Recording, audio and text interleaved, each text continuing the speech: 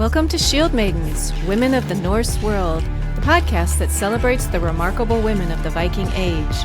From fierce warriors and powerful queens to wise seers and cunning goddesses, these women left an indelible mark on history. Join authors Johanna Wittenberg and K.S. Barton each month as we explore the stories, achievements, and impact of Norse women. Welcome to Shield Maidens, Women of the Norse World. This is episode 41, in which Johanna and I talk to Rebecca Hill from the Valhalla Conversations YouTube channel and podcast. We've been on her channel twice, once to talk about worthy women of saga and myth, and most recently as part of a panel to discuss Valkyries. So now the tables have turned, and it's Becky's time to be our guest. So I'm K.S. Barton, the author of the Norse family trilogy, in which a young Viking woman and a Viking warrior are caught in a deadly blood feud between two brothers. And with me is Johanna Wittenberg. Hi, Johanna. Hello, I'm Johanna Wittenberg. I'm the author of the Norse Women series, which is the story of a real Norse queen who ruled alone for nearly 20 years in the early Viking Age. All right. So Rebecca Hill is an independent scholar and passionate researcher in Viking history and mythology. She has chaired 2 panels on the topic of Norse mythology and fantasy fiction with guests such as Professor Carolyn, is it Carolyn or Caroline? Caroline Larrington, authors Joanne Harris and Francesca Simon. One panel streamed during MCM Comic-Con in October 2021 in London. The other was a collaboration with the Jorvik Viking Center and their hosts of That Jorvik Viking Thing podcast in May of 2022. I love that podcast. That's fun. She made her academic debut at the MARRI Symposium held at the University of Stavanger in Norway in 2024. She presented her observations of modern reimaginings in fantasy fiction of the Valkyrie Brynhild. She runs her own independent podcast, Valhalla Conversations, where she talks to academics, historians, and creatives about their inspiration or other interpretation of both Norse history and Norse mythology. She is currently working on her next academic appearance, presenting a paper titled Beyond Saga and Stage, Brynhild in Modern Fantasy Fiction, as part of the 8th International Congress reception, the reception of the Valkyrie myth in literature, music, and the visual arts at the University of, how do you pronounce that? Akala? I'm going to say, I would say the same as well. Okay. October 22nd and 23rd of 2026, in-person and online conference. So welcome, Becky. Thank you for having me, ladies. It's lovely to be here. Yeah, it's good to have you on the other end of the interviewing seat. And very nice to see you again. Yes. As always, ditto. So do you want to tell us then how you first got into Vikings? So I first got into Vikings way back when I was a teenager. I was at secondary school, and we'd been doing some of the Vikings in our history subject before we did our GCSE years. And at the same time, there was a documentary series coming out on the BBC called Blood of the Vikings, with a historian that isn't, sadly, well, he doesn't seem to have done much on TV since, so I don't know if he's still around, alive or dead or not. But I remember his name was Julian Richards, because I know there's another actual historian called Julian D. Richards, so I often distinguish the two with the letter D. But he did, I think it was like a 6 or 8 part series, and it looked at kind of like how there were sailors, how there were traders, and of course their impact on the British Isles, including a really fascinating episode about the DNA heritage. I think it was either the Shetlands or the Hebrides. One of those two kind of like isles above Scotland, and how there's still traces of the DNA there. And that really opened my mind. And it got me interested, but not quite as obsessed yet. The real deep dive happened when a few years later I came across it being repeated on what was the Dave channel, and is now known as the Something Else channel, because channels keep changing their names over here in the UK on Freeview. And in between each repeat of the episodes, there was an advert for the then outcoming a new book, The Last Kingdom by Bernard Cornwell. Oh, Which, of course, if you know of your Uhtred, son of Uhtred, you'll know exactly what I'm speaking of. I thought, oh, that book looks fun. So I've always been a bookworm at heart, and it was the first real foray into historical fiction.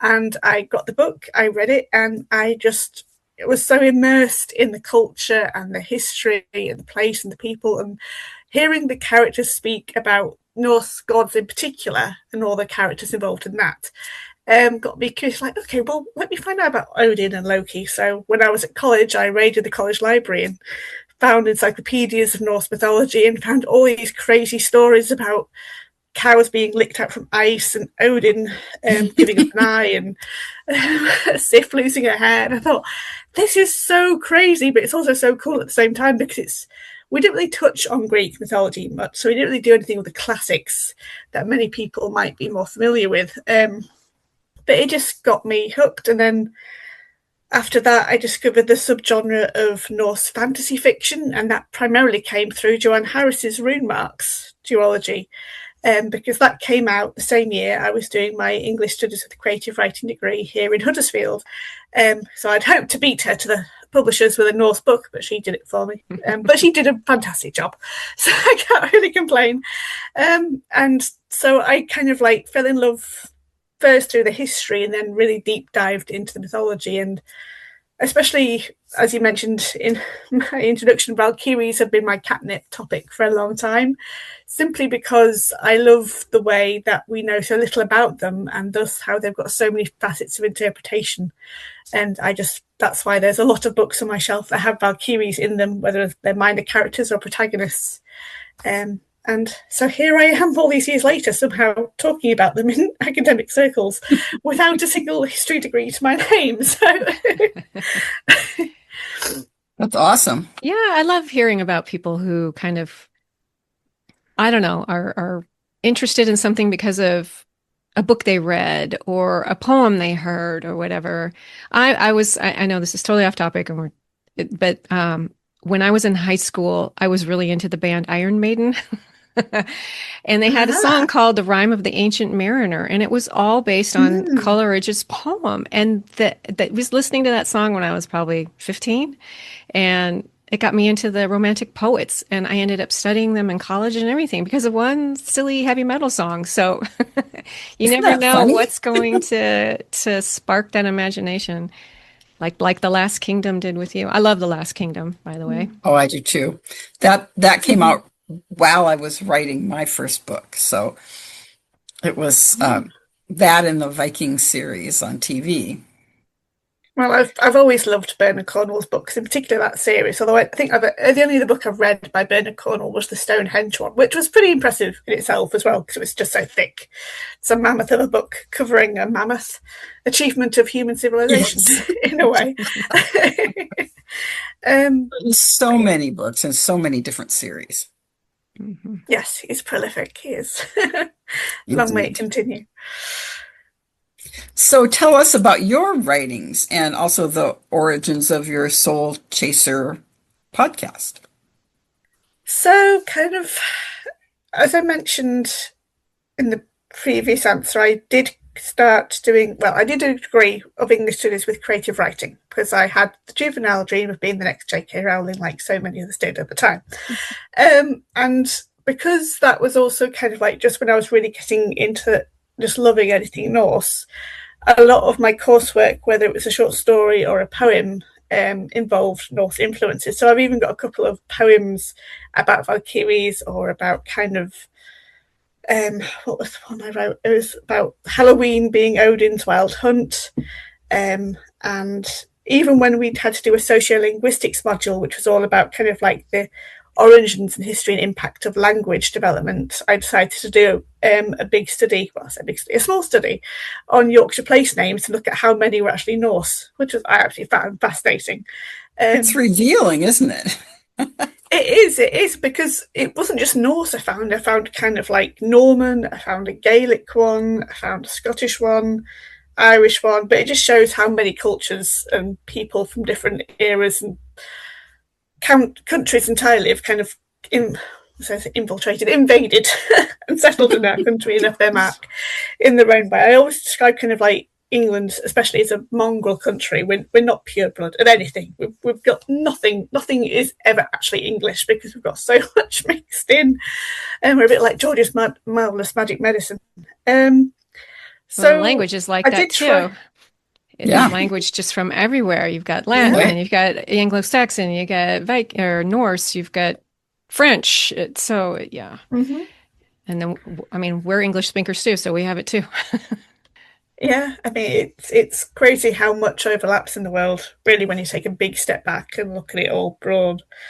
But in terms of my writings, as I said, I did poetry, did short stories. I did have a humble novel about a Valkyrie set in the modern context, a work in York collecting souls. And I think I only got so far with her. And then when my degree finished, I lacked kind of the discipline or someone giving me deadlines. So I became more of a reader than I ever have done. I just think, oh, I'll do it tomorrow. I'll do it tomorrow. I'll do it tomorrow. And that's the way my writing went.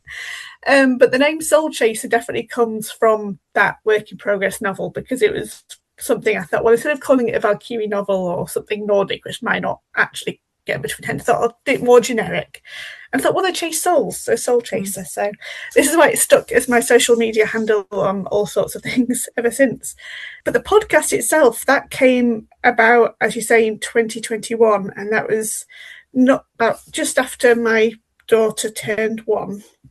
And it was still in the kind of the aftermath of COVID and lockdown. And MCM run several big Comic-Cons of popular culture and media and film and games and books. They do have a lot of writers to attend as well. Up and down the country, they used to do one in Manchester, which is nearer to me. They did one in Glasgow, one in Ireland, and of course Birmingham, and then London. Well, in that year, I remember, because I followed them online, because I used to go a lot before I had Naomi, they asked for kind of like, for people to come up and do virtual online panels for them, so they can do have an online schedule as well as an in-person schedule, because they were only allowing so many people to attend that year, and I could never afford to go to London. I thought, what could I do as a panel? That might be interesting. And I'll always remember reading the application bit, and it kind of gave a really funny anecdote of how you'd go about getting your panelists, kind of like saying you wouldn't put Gal Gadot down, who of course played Wonder Woman, as your guest, as your panelist, without first asking Gal Gadot whether she'd actually want to take part. I thought, you know what, that's a very good point. So I thought, well, I would love to do something on Norse stuff, because of course Thor was still kind of like the big superhero coming out then. The Avengers were still at their peak. I think it might have been before he had his second film. And so I thought, well, I'll approach Joanne Harris, because I know she's local to my neck of the woods. I don't know exactly where she lives. But I know, of course, know an email. So I sent her an email and said, hi, I know you've written Norse stuff, and I'm a big fan. Would you like to join me and discuss your Norse stuff on a panel for MCM Comic Con? And she agreed. And then she actually came up, I'm sure it was she that suggested Professor Caroline Larrington as well. And Francesca Simon was another one that I'd had in my mind, because I'd recently read her book at the time, The Monstrous Child, which is a fascinating young adult first-person narrative of hell and how she became hell and her grievances against everyone because she is hell. And she runs the kingdom and she didn't get Balder and all that jazz. And thankfully, they all remarkably agreed. So then I could put their names down with confidence, knowing that I wasn't going to get anyone in trouble or get myself embarrassed by not having actually anyone to talk to. I had to come up with 100-word kind of like blurb for it, come up with a title. And the title I decided was going to be The 540 Doors of Valhalla, Norse mythology in fantasy fiction. Because I thought that's a brilliant kind of metaphor of how broad interpretation is in Norse mythology and fantasy fiction, because there's so many doors, you've got so many books. And I don't think I've even read that many, but I know I've read at least 100. My Goodreads chart in that genre. So put that in, and then a few months later, remarkably, I got the email back from Pop Culture, I think, who were organising it, saying, oh, yep, you've got your approval. Here's the templates. Can you please pre-record it and send it to us by this date? And I'm like, okay, right, I've got a deadline. I've got to somehow find the time to get these ladies together, get them all online. I didn't really have quite a studio space, but my husband managed to help me bring my huge PC monitor and screen down onto a little desk in front of my bookcase, so I had a decent backdrop. And we recorded, and it was a really fascinating discussion because I've never learnt how much Joanne Harris has a passion and an interest in Norse stuff, because I've been aware that she studied Old Norse academically from going to in-person events before in the past. But then, of course, meeting Professor Caroline Larrington, who is kind of like the top dog of Norse literature and mythology, was just even astounding. And of course, getting to speak to Francesca Simon and hearing how she had the voice of hell just start narrating to her while she was waiting for a tube or a train or somewhere. And then that's where that story came from. Just seeing how we all connected on different topics involving, of course, Norse mythology and fantasy fiction. And that went really well. Sent the recording off. Of course, being a parent at the time, wasn't able to watch it live, so to speak, but I promoted it where I could on social media for my little following that I have, saying if you can get a virtual ticket, go see me. It's there. Got these people on it. And I know on the kind of platform that they had at the time, there were a few nice comments about how they can, like, some people really enjoyed it or found it fascinating. But then I thought, well, where else can I take this? Because this is really good. And I really liked it. And I thought, the Jorvik Viking Festival, because that's something I've been an annual pilgrim, as I call myself, of since 2006. I think I started going. There've been a couple of years where I've missed for one reason or another, but other than that, I've been trying to go. Most of the missed years have been due to COVID and parenting and trains being ridiculous in the north of England. Oh, they are. Especially now with Huddersfield, it's like a black hole of the north with trains. But I kind of I've known of, well, I knew one man deep, kind of like in the ranks of York Archaeology Trust, who of course run Jorvik and Barley Hall and are ultimately behind the festival, Dr. Chris Tuckley. So I emailed him saying, hi, Chris, I've just done this thing for MCM. Do you think it would be good for an event at Jorvik Viking Festival next year? He passed it on to the next person who was more relevant to answer that.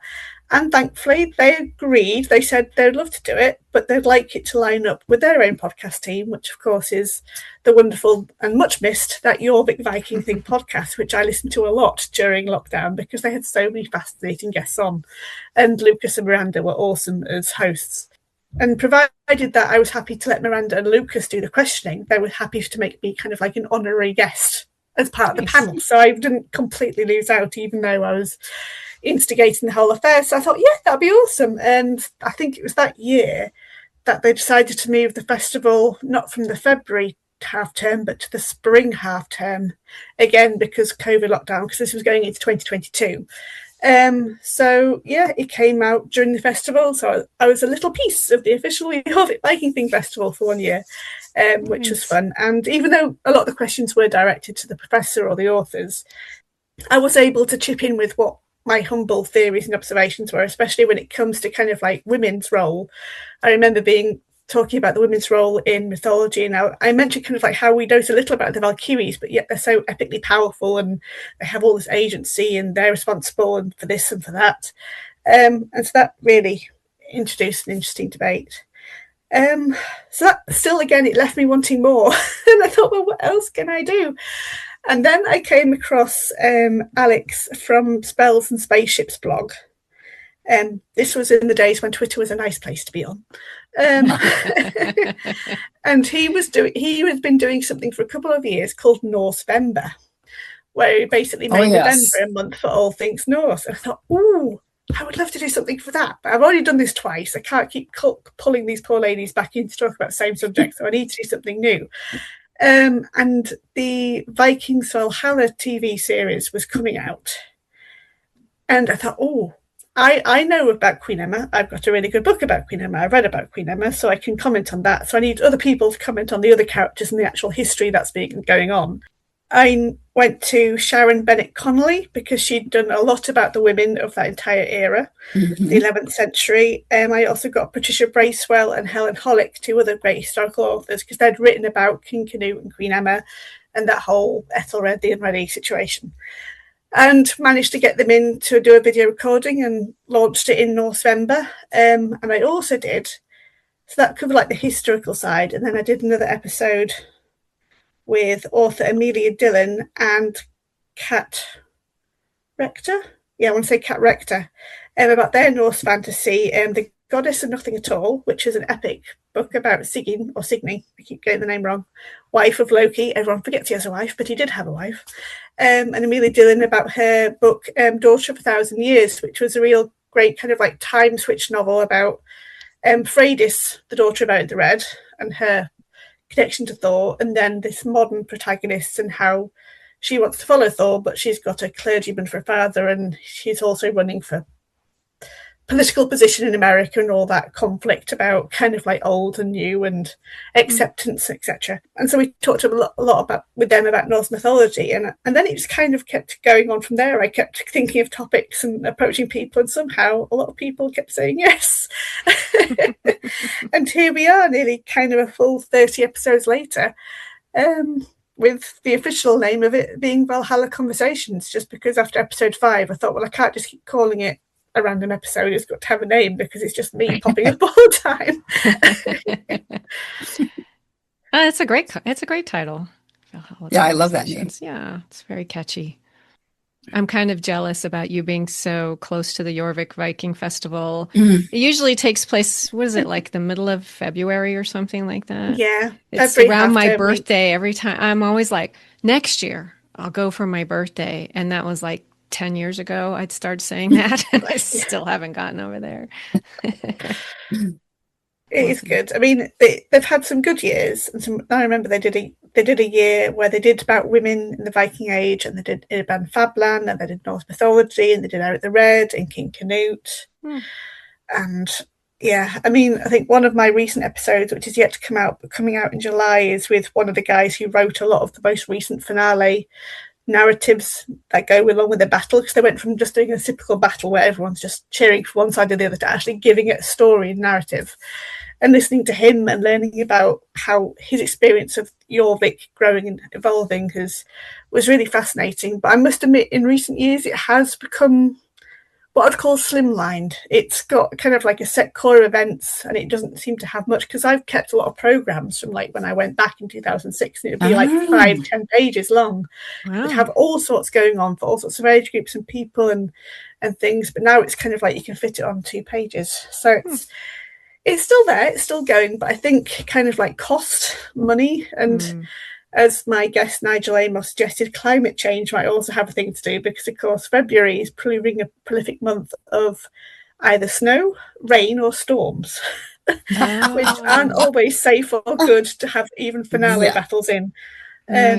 Because I remember his narrative performance of Ibn Fadlan, and kind of like exploring the Roos connection, and kind of like how it's got the Angel of Death and that kind of thing. The thing that inspired the 13th Warrior film with Antonio Banderas, if anyone's ever watched that. Ibn Fadlan, yes.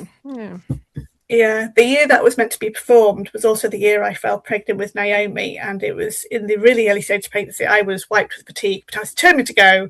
And then we had a named storm, because we name our storms now, because it's the only way people will learn to be safe in our country. Otherwise, people will just walk out into 60-mile-an-hour winds. It came over and it kept blowing all not just the kind of like the safety barriers, but also the big tall lights that they would have down. So they kind of like, dangerous. You can't have people, even the reenactors, out on this kind of pitch. And with it being in the centre of York, there's not that much shelter, and all the buildings just channel the wind even more. So I was partly relieved when it got cancelled, because I thought, I can just collapse on the sofa and sleep. But then I was also really sad. I thought, I'm not going to see it now, because it's COVID and it's lockdown. And so, yeah. Well, that could also be part of why it's maybe streamlined. So many things after COVID just didn't quite come back as robustly as they had been before. That could be part of it too. But yeah, I guess storms is really bad. That would have something to do with it. February would be a perfect month to do it here in Tucson, because February it's nice here. This is December, January, and February is usually why people move here, because nobody wants to live here now, but in the winter months, it's perfect. So tell us about this Stavanger dream. It was a dream come true, absolutely. And it was one of those moments that social media yet again provided me, almost like the Norms do, with an opportunity. Because I remember someone posting it or reposting it again when Twitter was a nice place to be about it, and I thought because the MARI stands for medievalist or medieval ages with imagination, relevance, and something else. I always forget what the second R is, but there's an acronym. There's a reason why it's an acronym. And it was basically, to me, it sounds like basically like, why are we so fascinated with the medieval ages? But it can also cover Vikings. And I thought, could I sneak Valkyries in some way?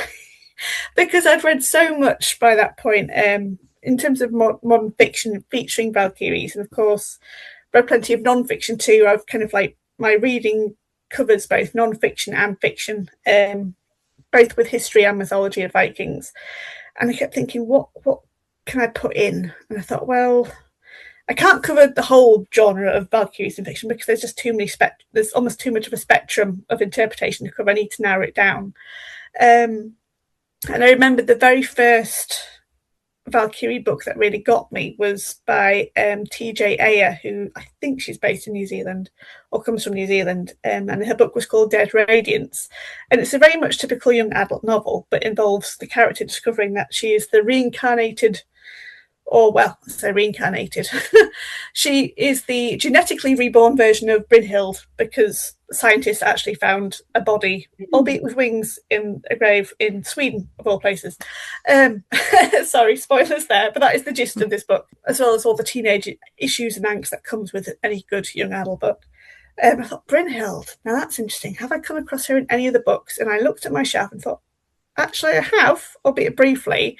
She got mentioned, or she makes kind of like an indirect, kind of like grounding appearance in the second book by Tessa Grattan called The Strange Maid, and her The United States of Asgard trilogy, which is an absolutely mind-blowingly epic series. It's basically a reimagining of what if the Vikings did settle America and did really well and didn't get chased off by kind of like Skraelings.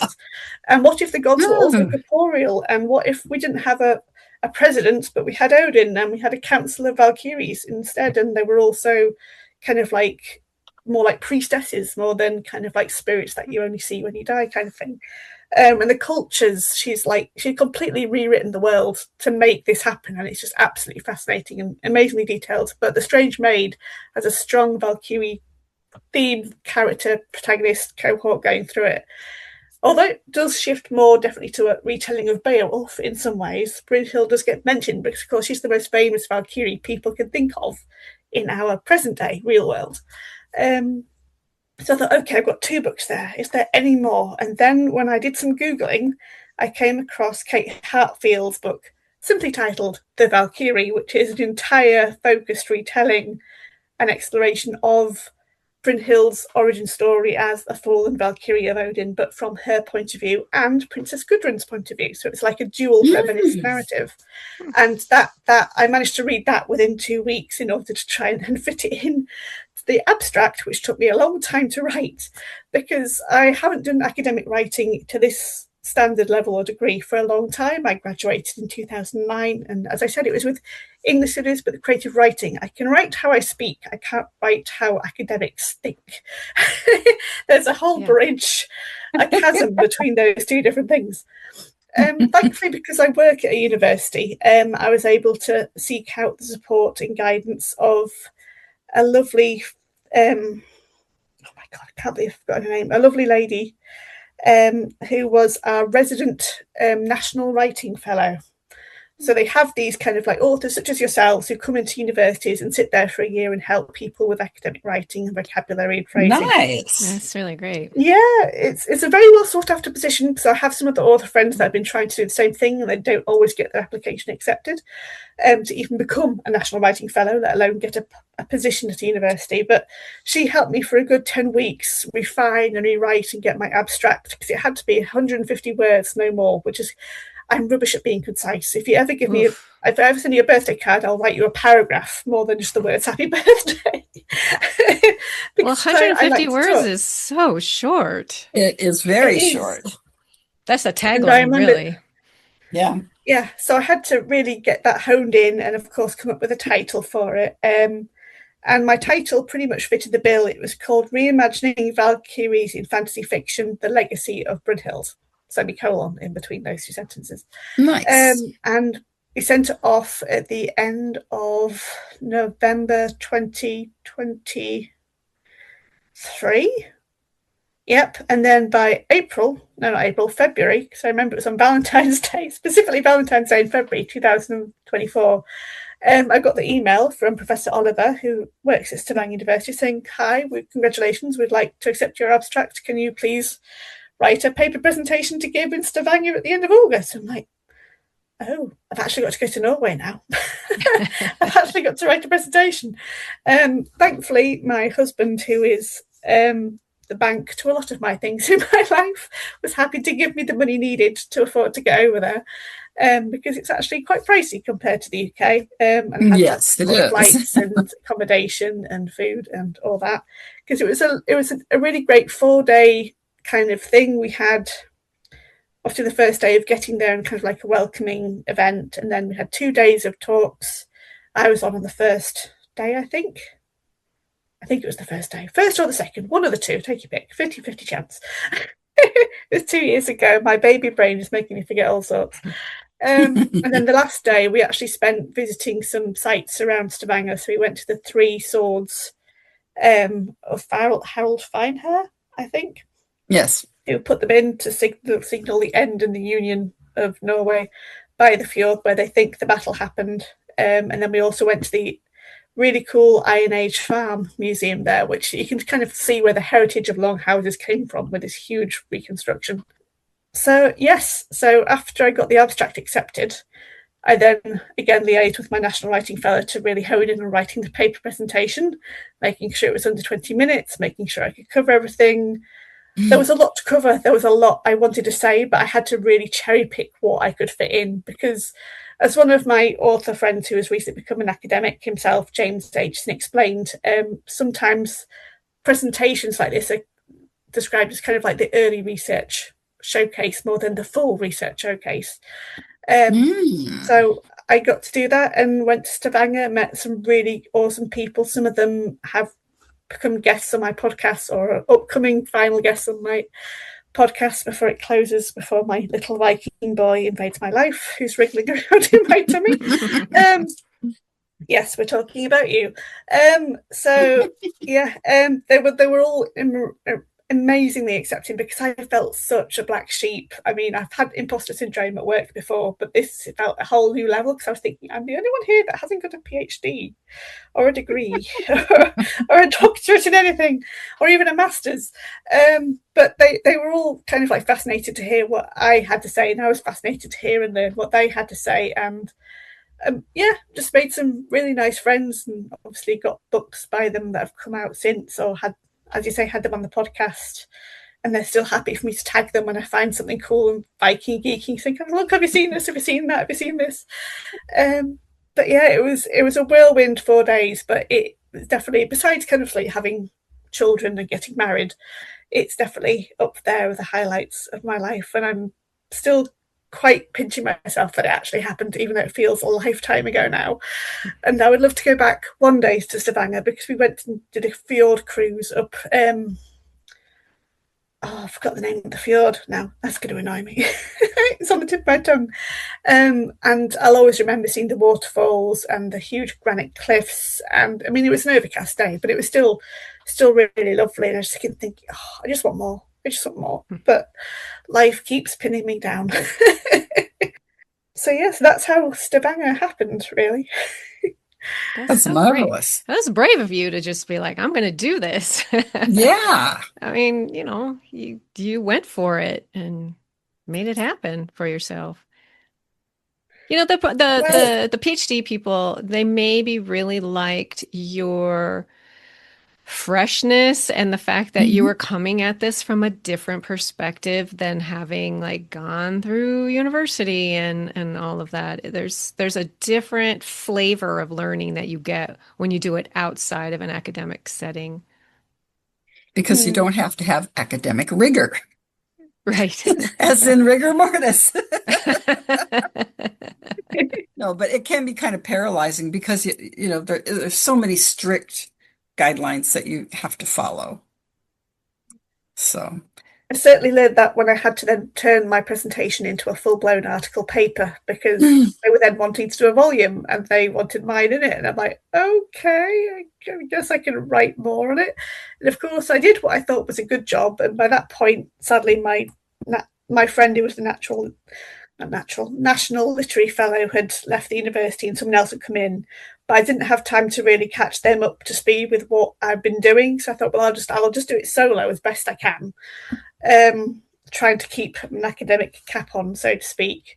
But when I went through peer review the first time, it came back with lots of kind of like, well, this vocabulary is wrong, and your tone and your phrase of voice, and you're leaning too much on theses and not enough on published research. And I'm like, I can't help it if all the research I found is still at theses level and not at published level. That's it. Just shows there's that there not is a that wealth much of research published out on the there. subject, right? Mm-hmm.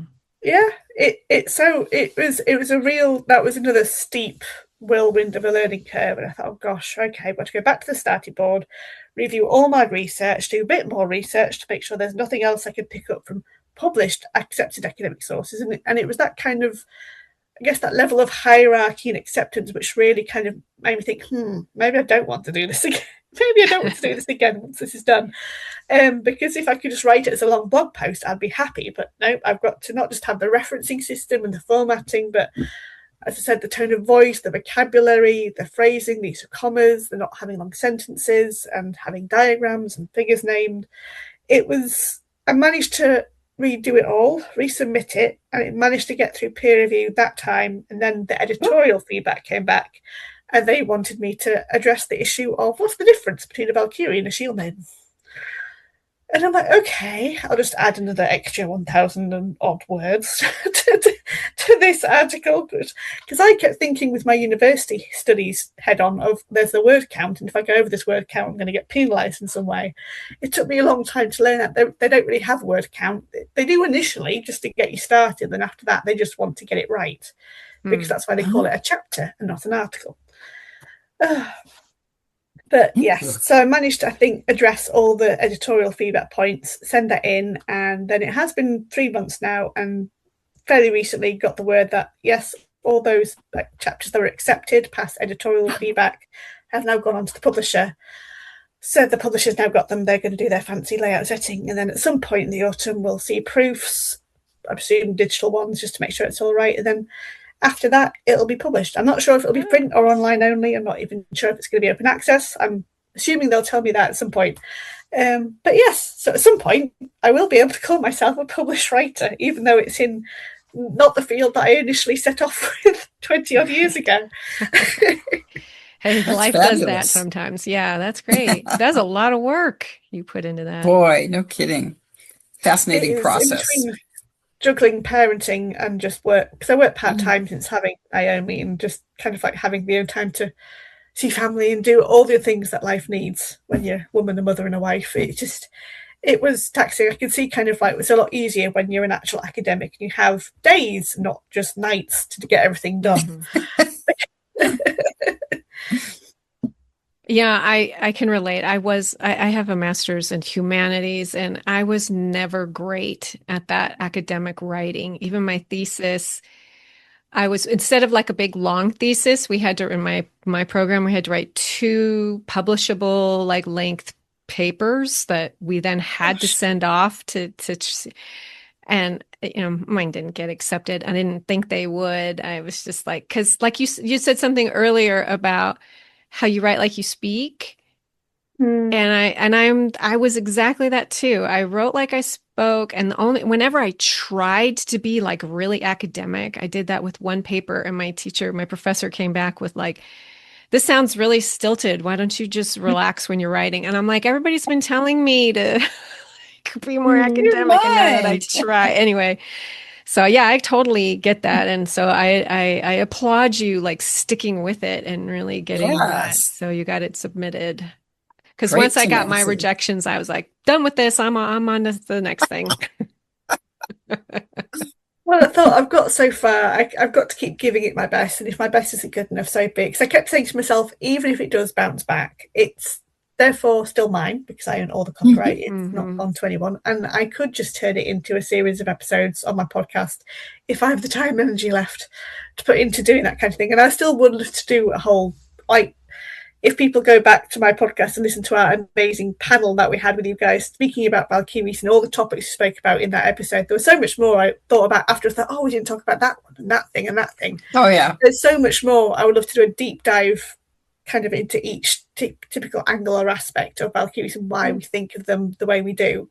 But as I said, a lot of my life is just juggling things and trying to fit them in. My podcast has always been kind of I call it a passion project more than an actual business or a hobby, because I do it purely because I want to talk about Viking stuff. And I say this in nearly all my episodes. I have no one in my immediate life that I can talk to about Viking stuff with.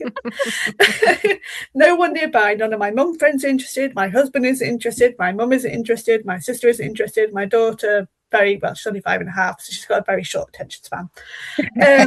So kind of like, besides the authors such as yourselves, whether I've read them or not, kind of like following them online and talking to them about their new books and this, that, and the other, I need to let it out. And by letting it out, I also let that passion grow. And so it's kind of been self-fulfilling.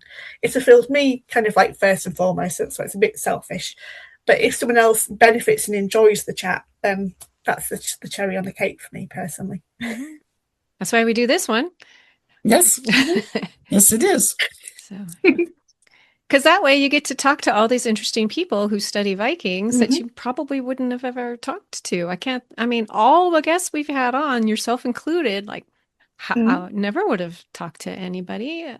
So yeah, it's really nice. And to we've be able learned to do so that. much. Yeah, through that this. too. It's really good that way too.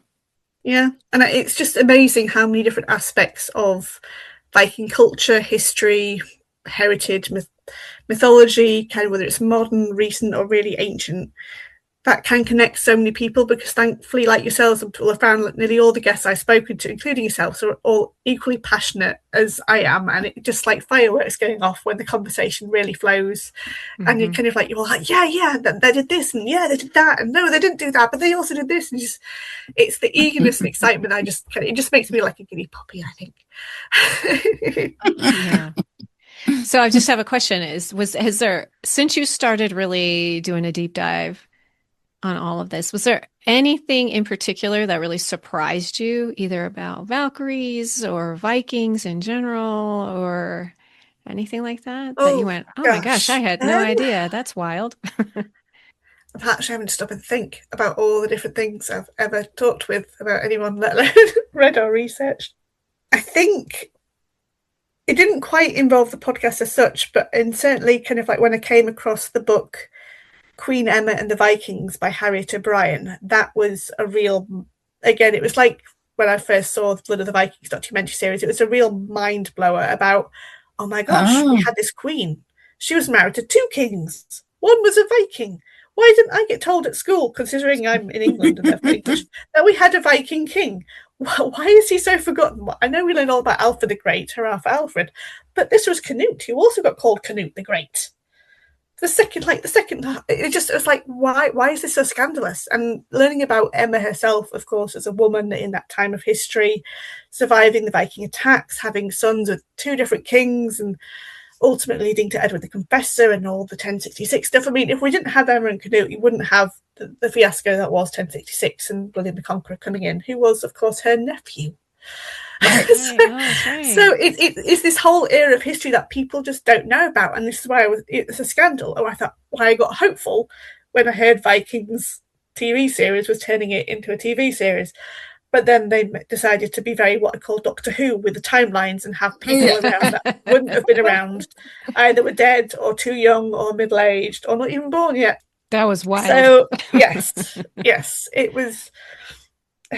I mean, I will say this for that series. They did get what I think is the genuine relationship between Emma and Canute. I do think that because she was kind of like more of I want to call her a trophy queen, but not really in that sense, kind of like a queen adornment with Ethelred. She really became a queen in her own right with Canute. And I think there was a genuine affection there, if not love, because I know I certainly cried when he died in both Patricia Bracewell's books and Helen Hollick's book, because they kind of like captured it so well. Plus, I'm a soppy romantic anyway. Despite all my love for Vikings and bloodshed and mead and off to Valhalla and all that kind of thing. So that was, I think that was the biggest surprise I ever came across, just from just general reading, just finding books to do with Vikings and thinking, oh, I'll read this one, I'll give it a go. I mean, you guys can see my bookshelves behind me. There's like the whole bottom shelf that has got loads of books that I haven't read yet. Some of them I've had longer than I've had in my life for. Some of them I'm just recently added to. It's got all my book hoard, so I don't really have a library. I have a hoard of books. Most of them I've read, but some of them I will read. And still bury them. Bad for the binding. I'm surprised you didn't learn about Canute when you were in school. I know. I mean, I know why I didn't, but yeah. But yeah, that surprises me. We may have briefly come across him kind of like because the most famous tale about him is when he got his feet wet, turning back the tide and saying, "Turning back the tide." I am not God's representative. God can turn back the tide, but I cannot. That's like the briefest mention that most people probably think of him for, but they're kind of like, no, so many people, I think, especially now with the modern culture that we have, and like in the Vikings to be the likable bad guys more than the guys that actually ruled and did things in our country. Excuse me. Just don't realise, and I just think it's just absolutely shocking because there was such a power couple of their time. I mean, forget Elizabeth I, forget Cleopatra, forget Boudica. These two had such dramatic lives, and yet they stuck to it and came out on top in all the ways that they could do, despite church being the church, because of course Canute came from Denmark. Denmark. Denmark. Yeah. I try not to get him and Harald Hardrada confused. Hardrada was Norway, Canute was Denmark. Correct.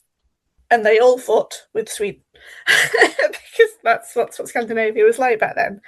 Because it's another thing I think a lot of people don't realise, that kind of like, just as Anglo-Saxon England was just a set of feuding little country kingdoms, Scandinavia was equally feuding with itself a lot. It's why a lot of them came over, and kind of like not just kind of like lack of land, but just to have the peace and quiet and the kingdom that they wanted, more than having to fight so and so for it.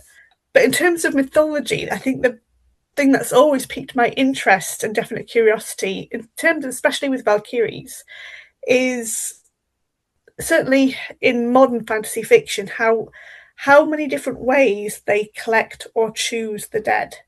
Sometimes they're there at the point of death, sometimes it's after the point of death, sometimes they know who they're collecting, sometimes they don't, sometimes it does involve weapons and warfare, sometimes it's just simple an illness and they just take them off, or actually take the physical body, or they just take something else from them. It's always been interesting to see how authors decide to explore that mechanic of what a Valkyrie is as a chooser of the slain.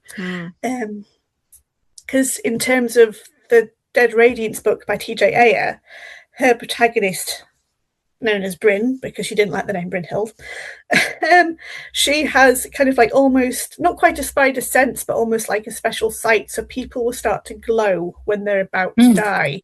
Oh, that's cool. And then when they glow in their brightest, they're about to die, then that's when they have to be collected physically and taken to Valhalla, and then they're physically restored and brought back to life. Whereas I know, kind of, because I also got into comics, because Marvel made the brilliant idea, I thought, of giving Jane Foster the hammer and not Thor. And Jane Foster was an amazing mighty Thor for her comic series. They didn't do her justice in the film at all. She could have had a whole series with her adventures, because she did in the comics.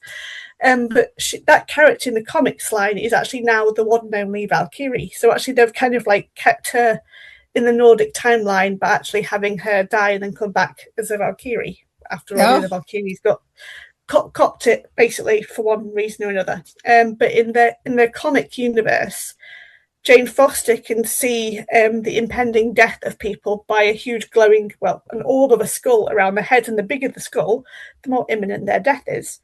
So again, that's been interesting, because I thought, well, that's not really related to the worth of someone, because of course we always think of the worthy dead going to Valhalla more than kind of like just someone getting run over or dropping dead randomly because of a heart attack. But she sees the actual approach of death more than the worthiness, which I think reflects more kind of the modern society of how we're not just killing each other with swords and judging people based on whether you die by illness, old age, or in battle, kind of thing. So it's been. I would love to do a lot more on that personally. I'd love to just take all these books and really analyze all these different methods of soul collection in a way. Soul collection, yeah. I always thought it was interesting how they how there's really nothing about how they become Valkyries. And so that's always Exactly, open for interpretation. Like when I submitted that story to Flame Tree Press, it didn't get accepted. I had like an origin story of a Valkyrie. But yeah, I think that it's sounds interesting that it's actually, when I got my rejection and I read over the story and I'm like, yeah, I can see why they rejected it. That was anyway, but yeah, I've always found that kind of an interesting topic, like because as far as I know, there's nothing anywhere that says how they become Valkyries. Because we researched that for our Supernatural Women podcast, which was way back, one of our first ones. Yeah. And they list their names, but and then the supernatural women in Scandinavian folklore, they kind of run together because it's hard to segregate the Disir, the Valkyries, the goddesses. They're all the Nornir. The Nornir. And so like Skuld, they think, well, is Skuld a Norn and a Valkyrie? Is it the same person, or are there two different entities named Skuld? Nobody knows. They're assuming it's the same person, but it might not be.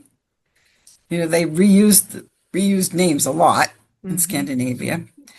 So even just the nature of the Valkyries is very difficult to figure out. Oh, absolutely. And I certainly, when I think back to my own humble attempts to write a Valkyrie-themed fantasy novel, I was very much, of course, influenced by J.K. Rowling and decided, okay, they're going to have an academy where they all go and learn their things. They go and learn the combat and the magic, and there's going to be 9 elder Valkyries, and one does runes, one does things. And in fact, it seems to be a motif of kind of like that academy school background to it that comes up a few times in some of the books I've read. There was one I read, I think over Christmas period, actually if I just look back, it's called The Flight of the Valkyrie by Sarah Klein. It's an independently published book, but it's huge, it's really thick. She takes the whole theme of being a Valkyrie in lots of new ways. She explores it from the people that believed in them to how they might become one. Of course, that they do have runic classes, and Freya chooses who goes to which school, and they've got like different. They've even got like an age group. So, like for those women who die in old age or middle age, they can become a type of Valkyrie over here, and if you're young, you go to this side. And but that was really interesting as well to read up on, just as a general enjoyment as a fantasy book as well, because I'm trying to think how else to summarize a really big book in a few words.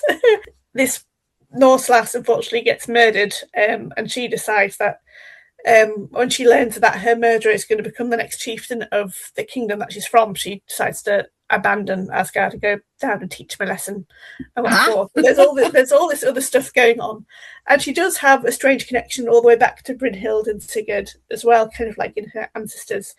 And so how there's this Valkyrie bloodline running around on Midgard. But yeah, it's fascinating to think that the only way we can explain it is, well, they must have had a school, they must have had training. Certainly when I think to The Valkyrie by Kate Hartfield, Brynhild kind of like hints at how she became a Valkyrie, and that explains she remembers saying goodbye to her parents, being laid on the pyre, and then the next thing she knows is Odin's taking her 5-year-old hand and leading her through the flames up to Asgard. I thought, oh, she was a sacrifice of some kind. That's an interesting way to take it, and that's also kind of like giving Odin the connection he does have with the Valkyries thanks to Snorri's writings, although we still don't know where Snorri got all his writings from or who told them initially, which is I guess is the other kind of like surprise that, and if not frustration, that came across thanks to this crazy idea of researching properly what has been fascinating me for so long, and how we know, but we don't actually know that much about what we know, because we don't know who wrote them, how long they were told for, who told them initially, we've got all these stories, but no authors behind them. We've got scribes, we've got collators who chose the stories and put them in a particular order. For example, and rewrote them and was revised them too. yes, yes. Or we've got mentions of stories, but no actual copies. Like the biggest vex I've had, and I'm sure I mentioned this in our Valkyries episode as well. When I was learning about the many poems, because there are at least 3, of Helgi Hundingsbane, or Helgi Hundingsbane, if you want to pronounce it in Old Norse. I'm not going to, because I always butcher it, because I can't speak Old Norse for toffee. And how there's this one line at the end of the second poem of Helgi Hundingsbane, how there's the Song of Kara, but we have no Song of Kara text. It doesn't exist. It's been lost to us for time. And even then, in this same manuscript, it was described as an old wives' tale because the characters come back as reincarnations. And they didn't believe in the whole theory of reincarnation. I'm like, this is the scribe's voice. This is their opinion coming through here. They're dictating what we now know or don't know. And it's so frustrating. And I wish I could build a time machine and go back and find whoever did it and say, where have you put it? Where is the Song of Kara? Is it in a drawer somewhere? But yeah, there's so much to not knowing. But equally, I think in a strange way that is the secret ingredient, particularly for Norse mythology, on why it's been so popular for so long. It's not just since Wagner. Norse mythology was interesting even before Wagner, because I recently that's how he got interested in it. Yeah, did an amazing episode that's coming out in August with Dr. Kevin Phelan, who is one of the academics I met in Stavanger. And he came across these classical retellings by women authors. And again, these women authors, there's so little known about them. You can look them up on Wikipedia and they might have like 2 lines, their birth and their death, and that's it, and where they lived in America, because quite often they were American, which is also another fascinating angle of it. That this kind of like this Scandinavian mythology was being retold by these women, often for children's books or books used in education. And these books are what influenced Joanne Harris, Neil Gaiman, Kevin Kirby, and Stan Lee in Marvel Comics. And there's an older collection of these stories, albeit told in a very, what we'd call stereotypical classical way now, not quite based on the Eddas, but more inspired by the Eddas. And yet that legacy has influenced people that are then reinterpreting it and affecting our interpretations today. And it's one of the big things I think that I've featured a lot in my now thankfully accepted article is the theme of interpretation inspiring reinterpretation, and how there's these models going forward. Like we have this core, almost like an aesthetic model or features of what a Valkyrie is, if you have like Lego bits, but then you can rearrange these Lego bits and each one can be a Valkyrie in their own right, but because they're still recognizable. It's almost like having 1,000,000,001 Pokemon. They're all Pokemon, but they're all different. And yet it's fine, it's all accepted because there is no rule book. It's not been trapped in a volume like Christianity's kind of like legends and stories are. There's no kind of great council saying, okay, that's acceptable. No, we're not having that one in. No one can do that because time has already done it for us in a sad way. And retellings, you know, because when we had Juliet Friedlander on, she talked about, you know, that's what she's studying is the linguistics of the Norse, of the mythology and the Icelandic sagas and women's roles in them, how they may have changed, how they may have been affected by Christianity, until the end product that we've received has been affected by so many things, so many changes, especially since it was, you know, verbal for centuries before it was written down. And that's true in the Irish folklore as well, not just Scandinavian. It's very interesting because none of those stories were written down until Christianity came. No. Well, Beowulf is like that too. Sometimes when I've read Beowulf, I was like, this seems old. This seems like it's like this mishmash of Christian kind of sounding stuff and Anglo-Saxon. And there's a little bit of that, I don't know, dissonance, I guess, is what it is when you're reading it. Like this doesn't quite mash up. So you mentioned that you had to add a little something in your paper about the difference between the Valkyries and shield maidens. You want to give us a little bit of like a little synopsis of what you came up with? Yeah, I mean, it wasn't a lot to put in because I didn't have really the time between the deadline for the next resubmission to do a complete deep dive, and I was trying not to make my chapter twice as long as it already was. But ultimately, because I turned to some great sources, like we've got Johanna Friedrich's daughter, Valkyries, the women of the Viking world. We've got Nancy Marie Brown's, the real Valkyries. We've got women warriors of the Viking Age. We've got oh yes, Judith Jess, Women of the Viking Age. There's obviously some great books out there that have already kind of like addressed this for me. So I basically turned to them and saw what they said. And a lot of the time, even they kind of keep saying, well, academics keep using the words, the same thing. They either describe a Valkyrie as a shield maiden or as a shield maiden as a Valkyria. But shield maidens, in the way I viewed it, and certainly the way I've explained it in the chapter, if they did exist, and that's one thing I clarified, I'm not confirming or denying, I'm just saying kind of like in saga literature, from because that's even where Brynhild comes from. And Brynhild, certainly in the saga of the Volsungs, is described very much as being a warrior. She wants to go off and join the men on the wall. She doesn't want to stay behind in her bower, and so yet she does at the same time. So it's very confusing. If anyone reads it, they'll find out how confusing it is. It is very confusing. But shield maidens tend to be kind of like mortal women. They tend to have some kind of patriarchal overseer, whether it's a stepfather, a foster father, a brother, or an uncle. And at some point, those patriarchal overseers will say, actually, no, you've had your fun now for 13 or so years. You're turning 18 or turning 19, 20.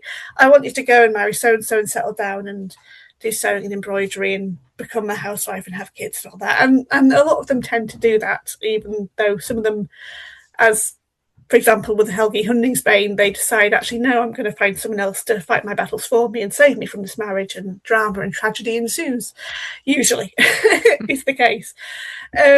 Whereas the Valkyries, they very much have that supernatural, ethereal, fantastical, mythological aspect to them, in that because they choose the dead, because they travel between Asgard and Midgard, because they are, for better or worse, under Odin, whether they're free agents or whether they're given directions, that's still very much for debate, because again, that's not written clearly anywhere. They are kind of like a figure that can move in between. So they are more fantastical, almost like kind of like comparing an elf to a fairy. That kind of aspect. So that's what I try to explain, and it's that aspect which Wagner, of course, caught up on. And I came across this great article that was written over 100 years ago, and it basically showed me that I'm on the right path, because it was titled Brynhild in Fantasy. And it didn't really touch on fantasy fiction because, of course, this was in 1901 when it came out, so there wasn't much of historical fiction, let alone fantasy fiction at the time, because I don't think even Lord of the Rings had come out by that point. They looked at kind of like poetry by William Morris to do with the Fates, and oh no, maybe they did. No, I think they did do Tolkien as well. I think Tolkien did his own poem of Sigurd and Brynhild and the Volsungs. So they looked at the poetry more than fiction, which was I'm doing, and they summarised it best with a line of, if you try and describe Brynhild without having her being a Valkyrie, certainly in a Wagnerian context, it wouldn't work. It wouldn't exist. It can't work. Valkyrie and Brynhild they're so synonymous, so tightly bound together, it can't have one without having the other. So I kind of like use that to encapsulate my point on that Brynhild has to be Valkyrie, otherwise none of this works. Because what is the point of having her kind of like turn up? And because her story follows on from, not quite geographically or even linearly, but it sequentially follows on from the Helgi Hundingsbane poetics in the Poetic Edda, it just shows that there is this line of Valkyries popping up, because even before Helgi Hundingsbane, there's the story about how the Volsung twins, or the Volsungs, came to be, and I think there was a king, I want to call him Reda, and he was wanting a son, but his wife wasn't conceiving, so Odin said, Freak, can you get one of my mush maidens to take this golden apple down and give it to the queen and let him conceive a son and have a royal family? And lo and behold, the queen does this, but the baby lives in her tummy for 8 years. Oh, I remember that story. Formed, and she dies at the same time. I thought, that's horrendous. Yeah, that's horrendous, Odin. And this clearly is again, a man told that story. No woman would even tell that story. No woman who's ever had a baby would ever even joke about having to No, carry a child for 8 years. I mean, I'm in month 8 and I'm already wanting him out. If he can come out, I'll be happy. I want my kids Yeah. back. I don't want to waddle like Mother does anymore. But it just shows kind of like that, even though they called them wish maidens and they didn't kind of like do the heroic Valkyrie stuff of choosing dead or falling in love with a warrior, that they were there. They were a narrative character, and albeit a very minute role. But it carries on through all the others, like with Sigrun in Helgi Hundingsbane, was described as a Valkyrie. She and her Valkyrie sisters just come across Helgi in a battle, and he's like, "Oh, girls, come join us for a drink." And they're like, "No, we're off over there now. We've got a battle to oversee," and they fly off on their horses. It's all very kind of like very dramatic, very fantasy-esque. There's no kind of sense of them literally riding; they're flying on their horses more than riding. But of course, these stories and poetics are so old, and we don't know who wrote them and how long they were told for and where the authors came from. Because the more I learn about how little we know about the original sources or the authenticness of these tales and poetics, the more I think that they probably were told with their own set of varieties. There were different versions probably told in different counties or areas of Scandinavia by different storytellers. It's something I remarked to Dr. Kevin Fairley, that you wouldn't have a skald or a storyteller tell the same story, say, to be rather stereotypical, the Three Little Pigs. You wouldn't have them tell the Three Little Pigs to a king. No, they tell that to the common folk. Like their level. You'd like even Egil Skallagrimsson kind of like wrote a poem saying them now, praising it. They do it for an audience, and just like publishers publish books for a certain audience, expecting a certain reward back. Storytellers do exactly the same thing, because we're all people, we've all got different minds and wants and needs, and they'll be aware of that, and they'll adjust and reflect it to make these. This is why I think the Poetic Edda, of course, which isn't complete by any means and has its own kind of gaps. Like, for example, Brynhild is named as Sigurdrifa, I think, if I can pronounce the Norse pronunciation. Yeah. There's still a huge debate, albeit kind of like for those in the know, about whether that is a separate Valkyrie to Brynhild or whether it's just an old name, and then when she gets discovered in her bower with her ladies, then that's her kind of like her mortal identity. So there's even that mismatch about which one Sigurd is actually in love with. Mm-hmm. So there's so many loopholes and question marks and things we would love to know more of, but just don't, and we just have to guess and interpret as best we can. That's why there's all that fiction, because there's so much room to make stuff up. There's also that tale of Voland, and he and his brothers found 3 Valkyries by the lake, yes. And these Valkyries were spinning, but they had laid aside their swan cloaks, and this enabled the brothers to capture them, basically, and took them home and made them their wives until, after I think it was 7 years, they found their swan cloaks and they put them on and flew off. So that's Anglo-Saxon as well. Wayland the Smith is the same as Voland. That's told. It's a really ancient, probably as ancient as Brynhild. So that's another place where Valkyries appear, and we get a little bit more of their nature. They say, oh, they married them, but, it sounds to me more like they were captives until they got their swan cloaks back. And the minute they did, they flew off and they didn't return. Yeah. So anyway, it's very interesting, because that's it's been retold, millions of times over the centuries. I mean, it makes me always think about Selkies, which I think we're kind of like the seal people, where then they can't turn back into seals. I think that's from Irish mythology, or at least Celtic. I think it is. I think it's Irish. Yeah. Another one is that I just ran across recently is Skaha, the warrior woman that trained Cuchulainn on the island of Skye. She had her warrior school there. So I ran across something somewhere that said she eventually became immortal, and she would help the people who fell in battle to find the underworld or the other world. So I wonder if they gleaned that from the Valkyrie idea and it made its way into Irish literature. I don't know. It's It's very interesting. I don't know. I don't have the source for that. I just ran across a mention of it. So I've got to dig a little more to find that, but so interesting. But I mean, she basically became a Valkyrie. So, whether, Yeah. Because at a very basic level, they're just the annoying word of being a psychopomp, which I still don't like the sound of. That's such a weird word. It is such a weird It word. is. I can never remember it either. I'm like, what's English that for you. weird word? Yeah, they just basically go between kind of like basically like the guy, is it called Canon? No, not Canon. The guy who does the boat in Greek mythology, kind of like over Karen. Karen, that was it. I know I was only just remembering that name because I over the river Styx, and you have to pay K.S. him on Netflix. That's why they lay the coins on their eyes, right? Yes. Yeah, to pay the boatman. Of course, with Valkyries, we don't really know if they did get paid or if they got any reward besides just being sent back and forth.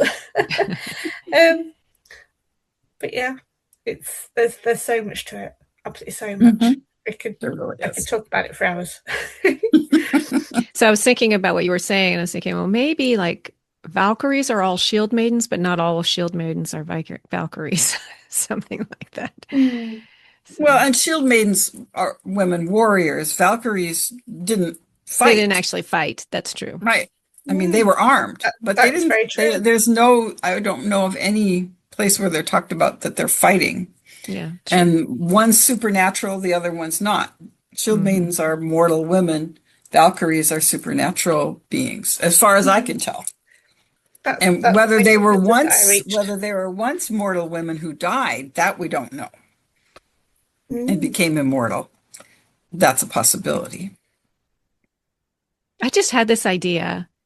I always get ideas when we're talking to people. That's good.